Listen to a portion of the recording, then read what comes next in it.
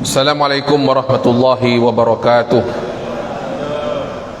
Alhamdulillah, alhamdulillahi rabbil alamin, wassalatu wassalamu ala asyrafil anbiya'i wal mursalin wa ala alihi wa sahbihi ajma'in, amma ba'du. Subhanaka la ilma lana illa ma 'allamtana innaka antal alimul hakim. La hawla wa la quwwata illa billahil azim. Allahumma arina haqqan haqqa warzuqna ittiba'ah wa arina batilan batilan warzuqna ijtinabah. Yang saya hormati saudara Menteri Majlis, saudara Mustafa, yang kita raikan tetamu kita dari jauh, Cikgu Bad, kepada saudara Azharuddin, mantan calon PRU yang ke-15 bagi Hang Tuah Jaya, yang saya hormati Timbalan Suruhjaya 3 Al-Fadil Ustaz Sudin Noh, kepada Yang di-Pertua PAS Kawasan Tuan Haji Ramli Timbalan, Yang di-Pertua PAS Kawasan Tuan Haji Fuad, kepada seluruh jawatankuasa PAS, PN dan hadirin yang dirahmati Allah. Tadi pengurusi bagi tahu saya 15 minit je. Okeylah, kalau dekat parlimen yang boleh cakap 15 minit ni ialah ketua pembangkang. Betul Cikgu Bar Kalau orang lain bagi 2 minit, 1 minit ya. Baik, pertamanya marilah kita memanjatkan puji dan syukur kepada Allah SWT kerana telah menganugerahkan kita dengan kemenangan kembar di Melaka, iaitu di Parlimen Tangga Batu dan juga di Parlimen Jasin. Dan saya nak berkongsi sedikit pengalaman. Saya sendiri sebenarnya duduk dalam Warum PAS Pusat dan juga duduk dalam Lajnah Permakasan Parti, di mana kita menstrukturkan kembali kegiatan politik ini dipantau secara penuhnya oleh Lajnah Permakasan Parti. Dan saya masih ingat ketika kita berada di sini, saya sebutkan waktu itu tengah batuk, suara tak keluar kerana saya memimpin Warum PAS Negeri Melaka. Maka saya sebut dalam peperangan ni mesti ada satu jeneral. Baik, alhamdulillah kita dapati bahawa jentera kita di semua peringkat, sama ada di Masjid Tanah, kita di Hang Tuah Jaya, di Jasin Tengah Batu, saya tidak pasti di Alor Gajah, saya tidak pantau. Tapi saya melihat bahawa khusus jentera-jentera kita berjalan dengan baik di bawah satu komander yang beri arahan, dan kita lihat berjalan dengan baik. Cuma mungkin kita belum ada rezeki untuk kita menang di Hang Tuah Jaya, di parlimen. Tapi yakinlah insya-Allah kita akan kuasai Hang Tuah Jaya ini di Don dalam PRN yang ke-16 nanti. Takbirlah.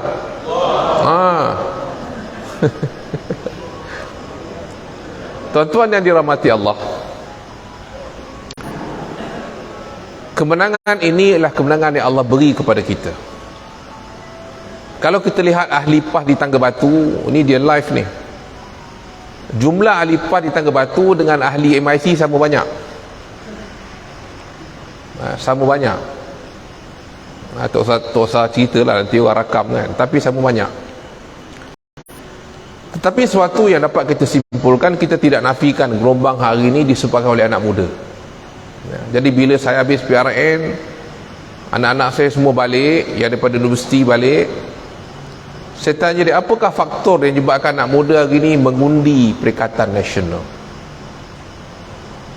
Dia kata sebenarnya pengaruh penceramah-penceramah bebas seperti Ustaz Azhar Idrus, Ustaz apa lagi?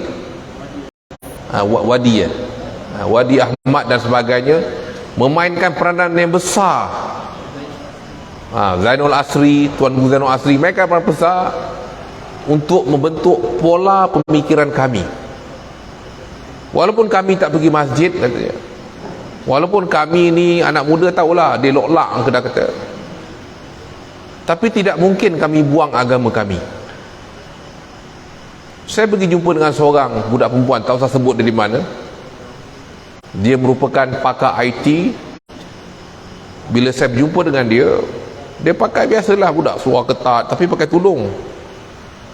Dia kata saya pun undi PN. Kenapa undi PN?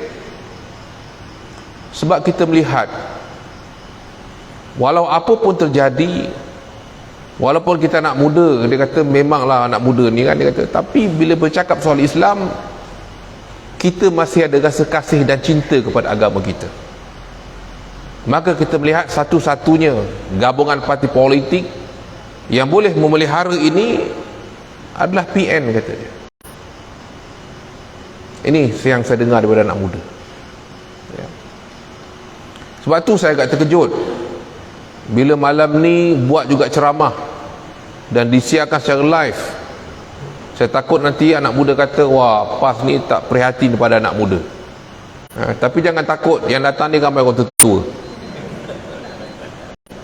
Jadi kita panggil, dia ada dia punya klien khusus kan. Nanti final Haji Ramli kata nak buat skrin besar dekat sini, anak muda datang kan, anak muda datang. Tapi jangan hairan, di Masjid Al-Aminin hari tu ketika final Piala Dunia di Masjid Al-Aminin di Batang Tiga, dia ada satu ruang besar, mereka pasang skrin besar tunjukkan Argentina final dengan Perancis, dan anak muda datang, orang tua pun datang masjid.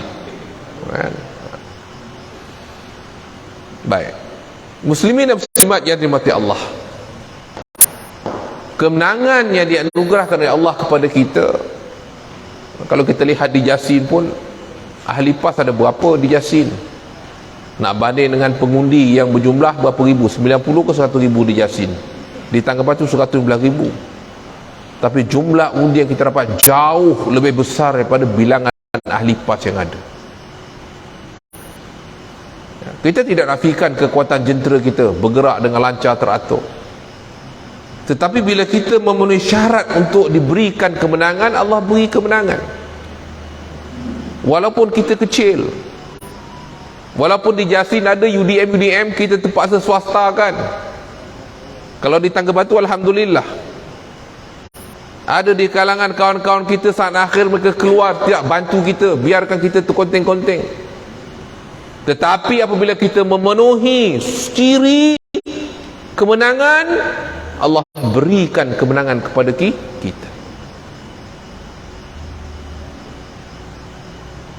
Tuan-tuan dan perempuan yang dirahmati Allah, masih segar dalam ingatan kami apabila Tuan Guru Presiden berjumpa dengan Dewan Harian PAS Negeri Melaka.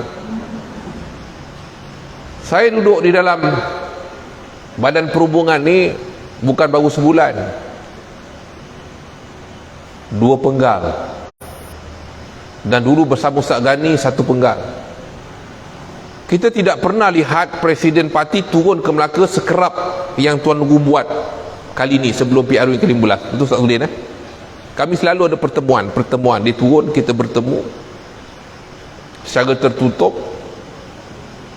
Antara yang beliau lontarkan kepada kami, beliau kata kalau kita nak menang ada dua strategi. Strategi pertama, kita main isu, kata dia. Main isu, di Melaka ada isu pasir, dan kita menang. Tetapi kemenangan tu tak boleh bertahan lama, kata dia, kerana kita main isu.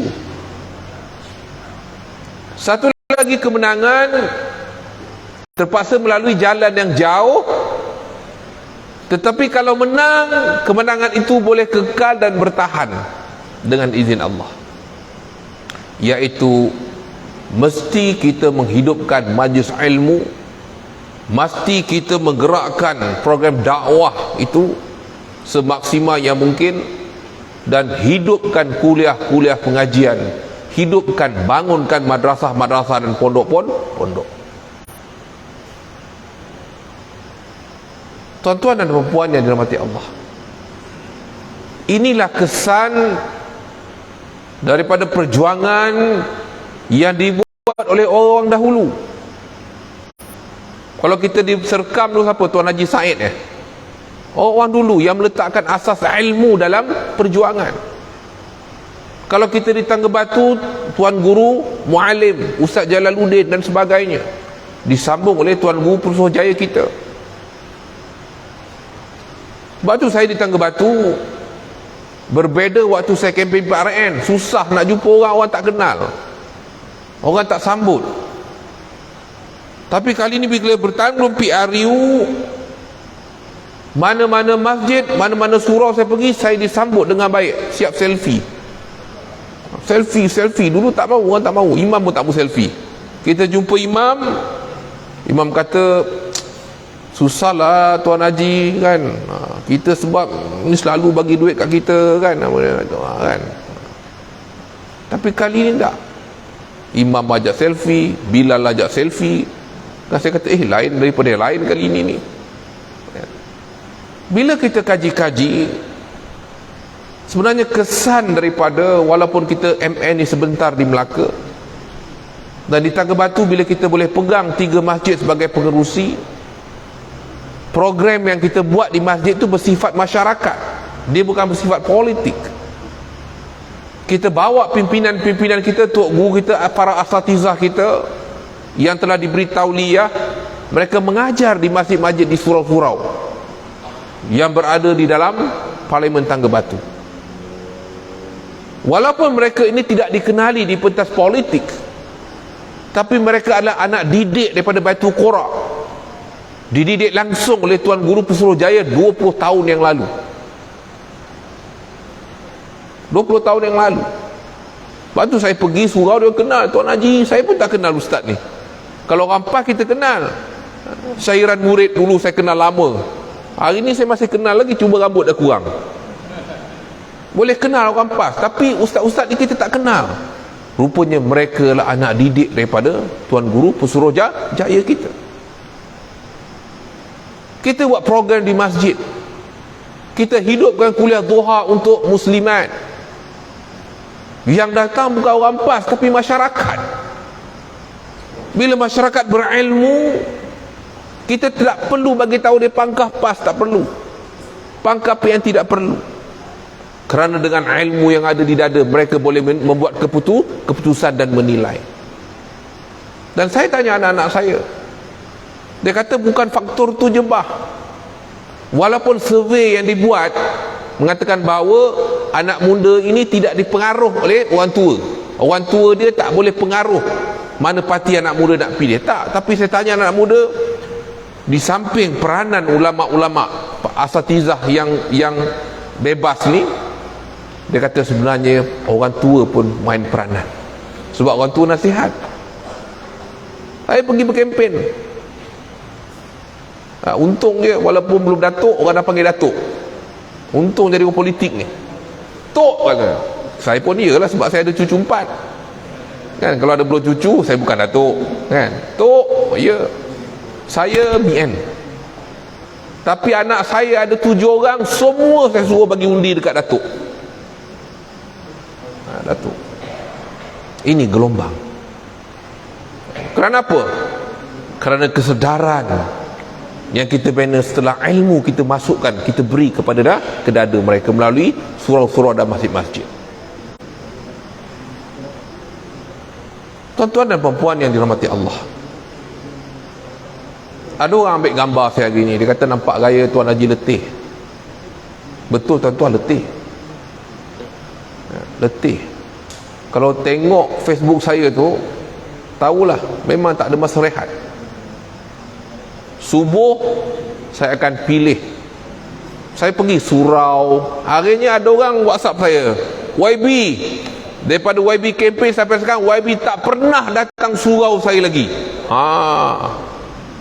Dulu kita datang orang tak bagi masuk, sekarang tap, tolong Tuan YB kalau boleh datang masjid saya malam besok.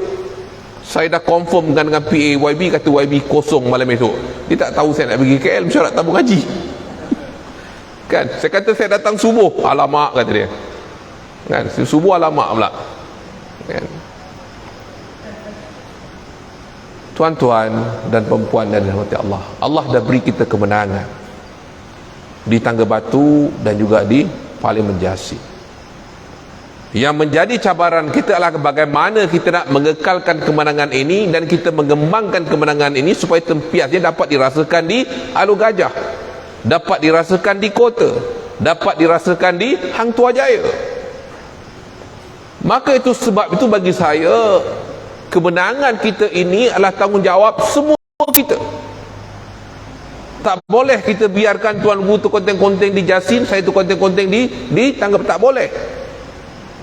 Setiap dari kita harus bertanggungjawab untuk menjaga kemenangan ini dan mengisi kemenangan ini supaya rakyat lebih yakin kepada kita bahawa PN lah merupakan parti yang layak untuk membentuk kerajaan dalam PRU yang ke-16 nanti.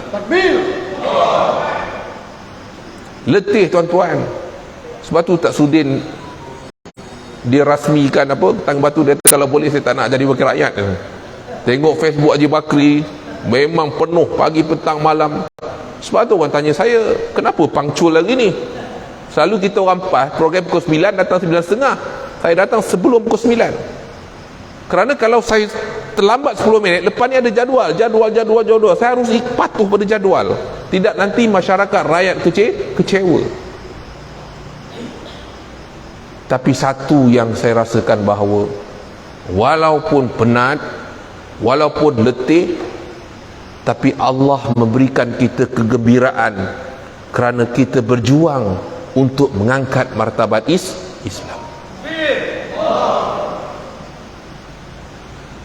Tuan-tuan, barulah kita tahu ni jadi ahli parlimen ni macam mana susahnya. Kita rasa pergi mana, oh YB, cium tangan YB nak. Tuan-tuan tahu tak? Rumah kena makan nanai pun telefon YB. YB, saya punya rumah, diorang surau tanah, kucing buang dekat parit. YB tolong datang kasih cuci. Saya simpan rakaman tu, tapi saya tak akan sebarkan. Ya. Kalau YB tak datang, nanti kita kasih tahu sama atas sampai sama Anwar tahu. Ya. Tapi 3 hari tu saya datang, dia tak kenal saya YB. Saya tanya, dia tanya, budak-budak situ siapa? Itulah YB. Oh, dia baik dengan saya.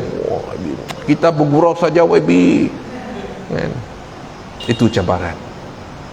Duit tu saya cakap lah tuan-tuan. Orang ingat jadi YB ni duit merah. Duit merah tak. Bohong ya. Sebab tu tadi Azharuddin dah cakap, saya di Tangga Batu, kita tak terima duit daripada PN. Tak ada. Yang ada kita terima daripada parti kita tak banyak. Dan lebih kita selongkau lah, bawa tikau, bawa katil, bawa petak, bawa keluar semua habis.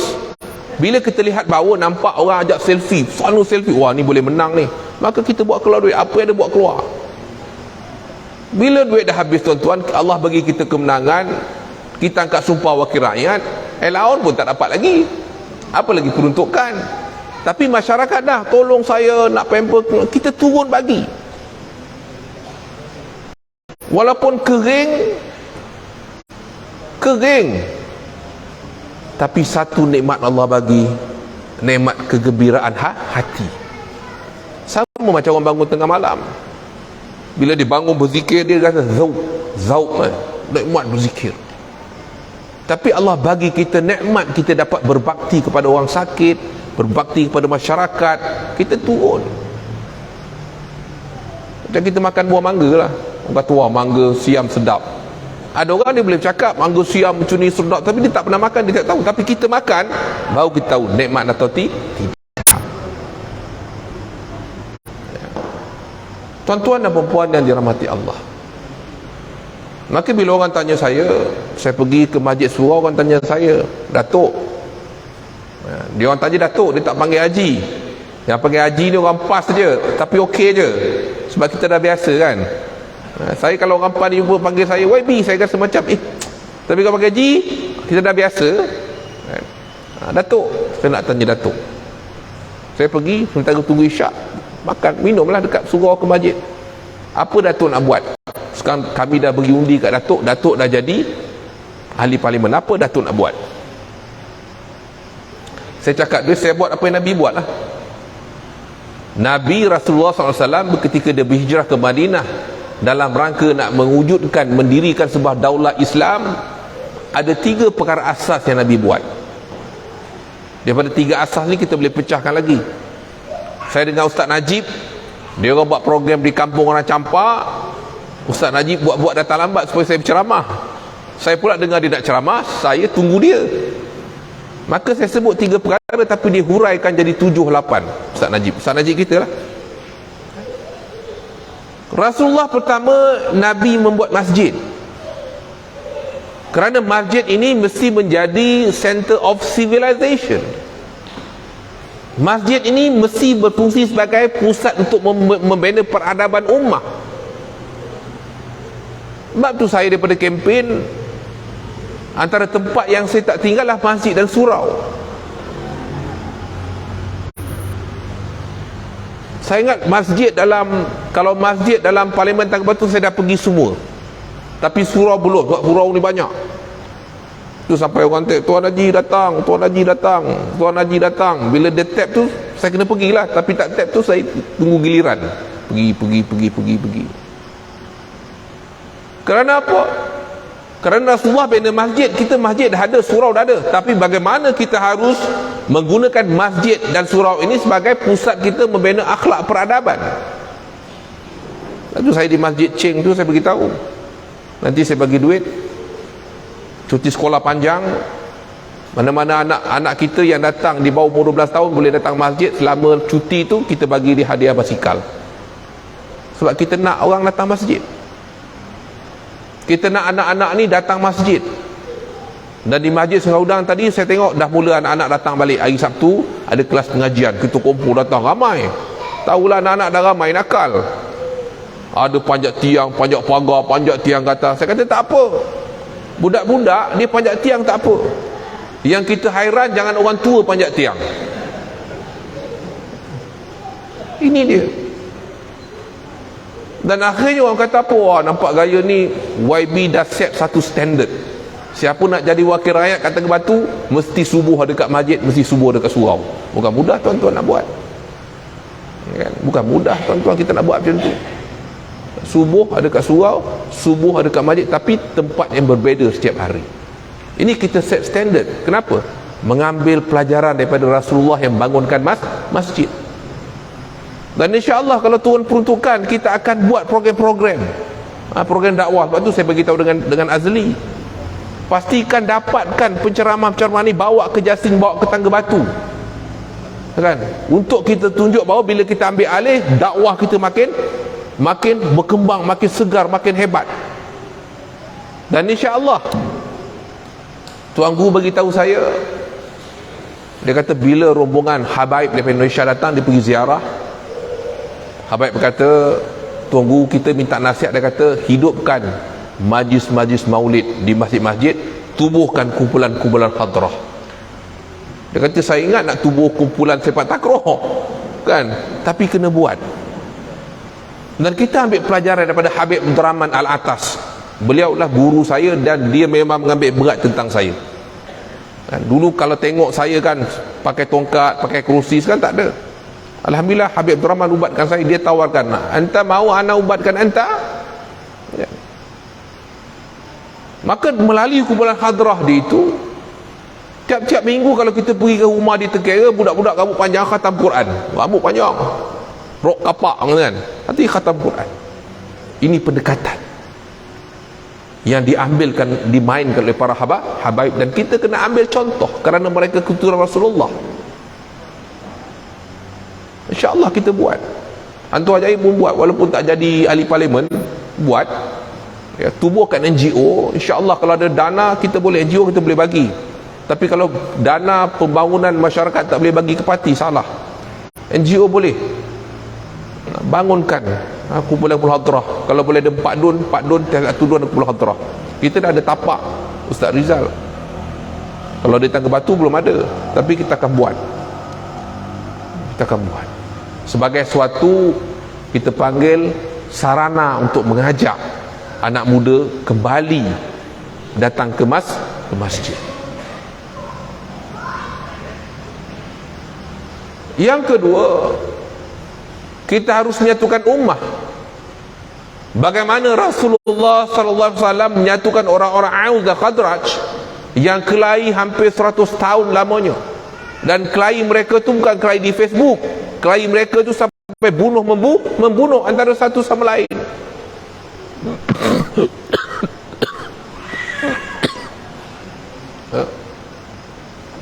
Dan ini yang kita lakukan.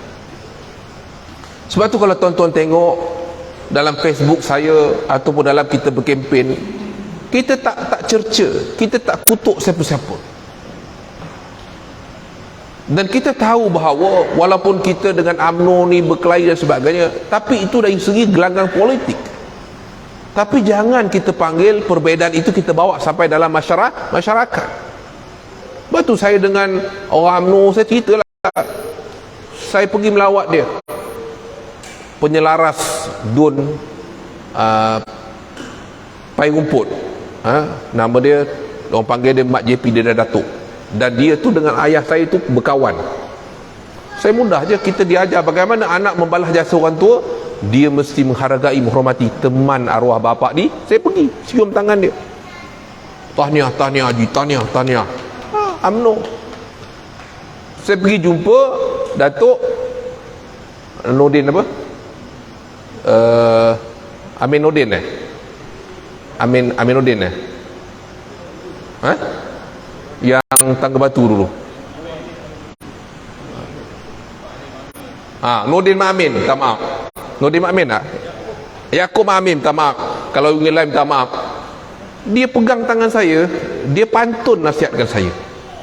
Dan pantun tu saya rakam. Lepas tu saya delete, dengan file-file tu terdelete. Saya rasa kalau pantun tu saya keluarkan, dia pantun kat saya, dia mencapai 500,000 viewer. Nasihat. Dan kata saya sebenarnya YB, dia panggil saya YB. Saya berasa bangga YB datang rumah saya, menghargai saya. Ini perpaduan. Ini yang kita bawa, supaya orang melihat bahawa PAS dan PN bersatu ni, dia tidak ada politik dendam. Saya bercakap, kita waktu pilihan raya ni macam kita main bola lah. Perancis lawan Argentina, saya tendang kaki kau, kau tendang kaki saya tolak kau jatuh, kau tolak saya jatuh. Tapi setelah habis bola, kita kawan. Yang jadi masalah penonton, kelahi sampai bakar stadium kan. Jadi budaya ni kita ubah. Sebab tu Tuan Guru Presiden kita lancarkan budaya politik matang sejahtera. Kita jangan beritorik dengan tu, tapi kita laksanakan dalam kehidupan dakwah bilhal yang menyebabkan rakyat akan kasih kepada kita. Kita kena buat. Sebab ahli UMNO ada 3 juta lebih je seluruh Malaysia. Kalau semua ahli UMNO undi UMNO, orang atas pagar tak undi UMNO, UMNO kalah. Kita ahli PAS seluruh negara ada 1 juta lebih je. Kalau orang yang bukan ahli parti kita tak undi kita pun, kita tak akan dapat sebanyak 40 lebih kerusi. Ini dia.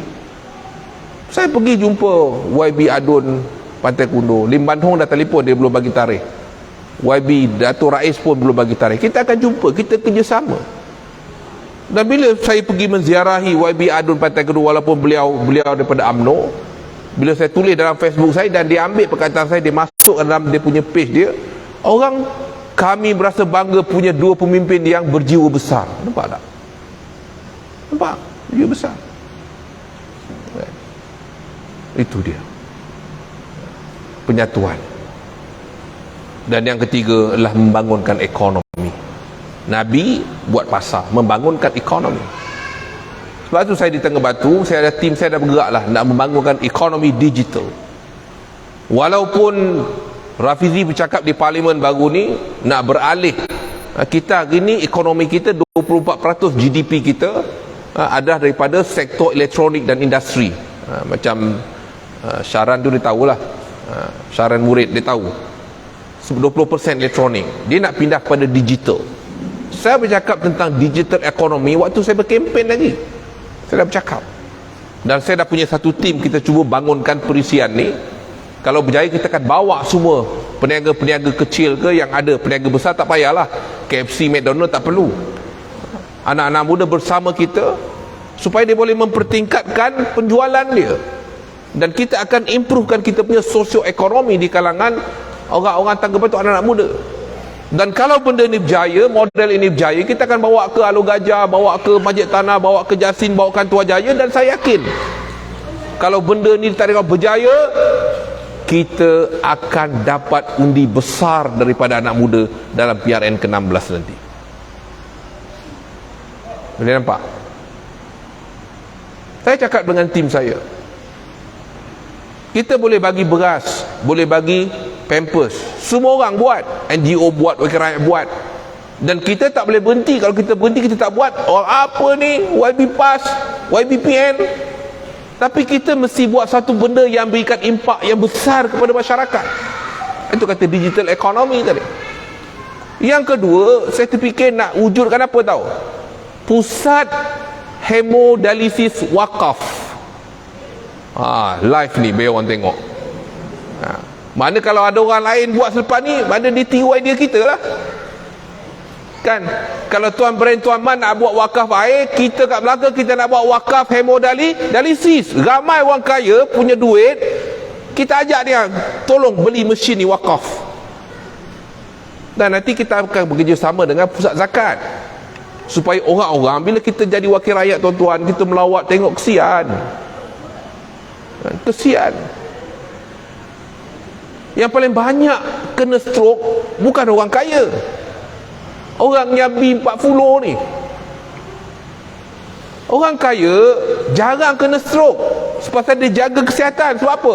Sebab dia kaya, dia takut mati. Kan, sebab tu dia jaga kolesterol, ukur kan, darah cek sebulan sekali, tinggi, dia kontrol. Dia masalah orang biasa. Betul tak saya cakap ni? Bila kita turun, ya Allah, kita kesiannya. Jadi kita nak wujudkan ni. Kalau boleh satu DUN, satu pusat hemodialisis, kalau boleh. Dan yang ketiga, saya nak wujudkan yang panggil home physiotherapy. Kita servis. Kita masalah orang kita tuan-tuan, bila keluarga dia kena stroke, bila hospital kata buat balik, dia letak atas tilam. Akhirnya jadi kecut tangan begini kan. Kerana adik saya dia pensyarah fizioterapi, dia belajar, kalau kata belajar sampai gila adik saya tu lah. Orang sini mesti kenal. Dia belajar di buat master di Perth.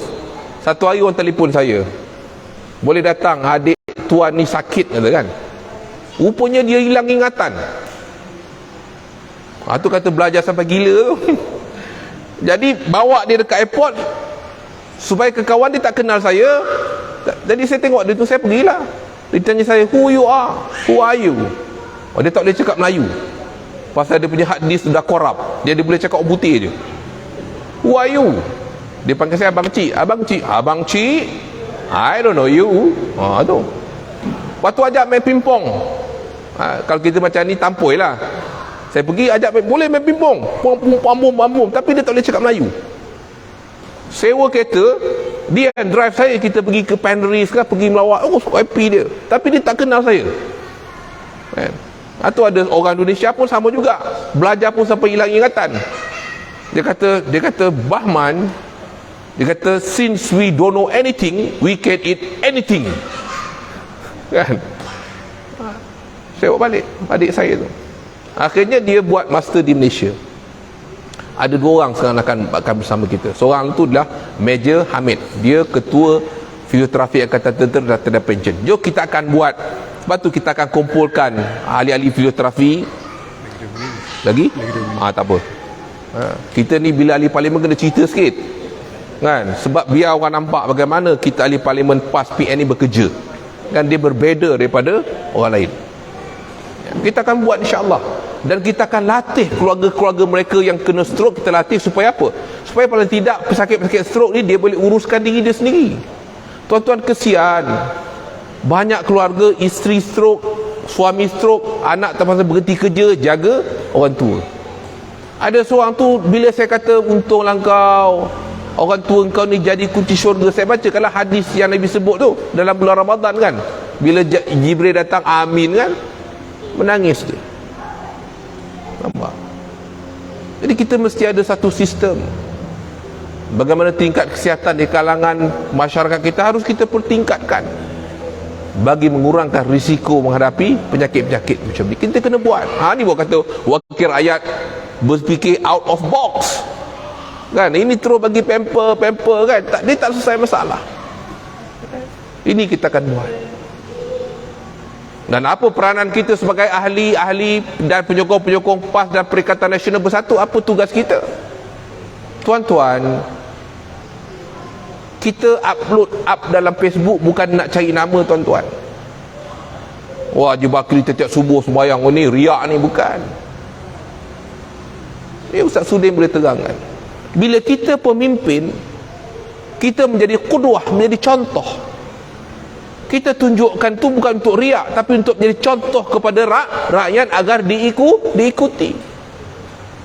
Sebab tu pemimpin tak boleh ngomong sembarangan. Tak boleh. Saya adalah antara orang yang terlibat dengan dalam syarikat saya memberikan seminar, memberikan, kita panggil apa, kursus-kursus tentang komunikasi. Lebih tinggi pangkat seorang itu, percakapan dia itu akan menjadi peraturan, akan menjadi undang-undang, akan menjadi pegangan. Apalagi kalau dia Perdana Menteri. Kalau dia kata okey, JLC semua tak boleh orang politik, dia kena stick to that words. Bila you U-turn, you punya maruah jatuh. Lepas tu saya pun sama. Saya tak sembang sebarangan. Kerana setiap ucapan kita tu akan menjadi ikutan. Apa peranan kita sebagai ahli PAS? Peranan kita kena share, kena komen, kena sebar. Supaya rakyat tahu bahawa ahli PAS ni, ahli parlimen ni, kita ada 3 je. Majlis Tanah, Tangga Batu dan juga Jasin buat kerja. Mereka membawa rakyat kepada satu hala tuju yang lebih baik dari segi agama dan dari segi ekonomi dan sebagainya. Tapi kalau kita tengok je, balik-balik yang komen Dr. Khadijah dan Tuan Jaya. Saya hafal 2-3 orang. Ustazah Nuriza. Kita jangan heran besok bila kita datang balik nak pilihan raya, orang kata baru nampak muka. Kenapa? Kerana setiap kegiatan yang kita buat, kita bubur dalam Facebook, tuan-tuan tak share, tuan-tuan tak komen. Ini kita kena buat. Jangan kata, oh ni Tangga Batu, Hantu Ajaib. Tak. Kerana dia akan menjadi contoh kepada Hantu Ajaib. Oh, kalau PAS atau PN kita pilih besok, tentu cara bekerja dia sama. Sebab kita daripada satu organisasi yang sama. Anak dia pun satu rumah. Memanglah orang kata satu tandang kelapa ada, tapi kan dia punya didikan dia di satu rumah. Kalau dia keluar malam, anak siapa? Anak Ustaz Rizal. Kerana cara dia bercakap, cara dia menyantuni, cara dia berbahasa dengan orang tua, dapat lihat. Boleh nampak apa yang saya cakap ni. Jadi nanti kesan dia, walaupun di Tangga Batu, kesan dia akan datang ke Hang Tuah Jaya, Jasin dan sebagainya. Kena buat. Bukan mengangkat individu, tapi mengangkat parti. Ini Tok Guru PJ sering bagi tahu. Saya, tuan-tuan, poster saya meraihkan kemenangan kita di Tangga Batu, gambar saya seorang je. Tok Guru PJ telefon saya marah, tanya driver saya. Dia marah. Ana tak boleh terima Tuan Haji buat macam ni. Tuan Haji ingat kalau Tuan Haji seorang, Tuan Haji boleh menang ke? Kalau parti tak pilih Tuan Haji boleh jadi wakil rakyat ke? Kalau jentera PAS, jentera PN tak bergerak, Tuan Haji ingat Tuan Haji boleh jadi wakil rakyat? Anak-anak poster mesti gambar-gambar pimpinan lain ada. Ini Tok Guru PJ kita. Nampak tak cara dia, puasan dia? Kena marah. Kita diam lah, memang kita salah. Tak adalah kita kutuk dia balik dalam Facebook. Tapi ada orang saya panggil nasihat dia kutuk balik dalam Facebook. Hipokrit kan? Ini bukan cara dia. Jadi itu saya minta supaya bagaimana kita bekerja waktu kita pilihan raya tu, kita share, kita blast apa semua. Sebenarnya gelombang yang sama harus kita kekalkan supaya orang nampak bahawa pemimpin yang lahir daripada rumah PAS, rumah PN, rumah Bersatu mempunyai cara bekerja yang luar biasa. Mereka betul-betul perhati rakyat dan mereka lah orang yang boleh diberikan kepimpinan untuk mereka membentuk kerajaan Negeri Melaka dalam PRN yang ke-16 nanti. Sekian, wabillahi taufiq wal hidayah. Assalamualaikum warahmatullahi wabarakatuh.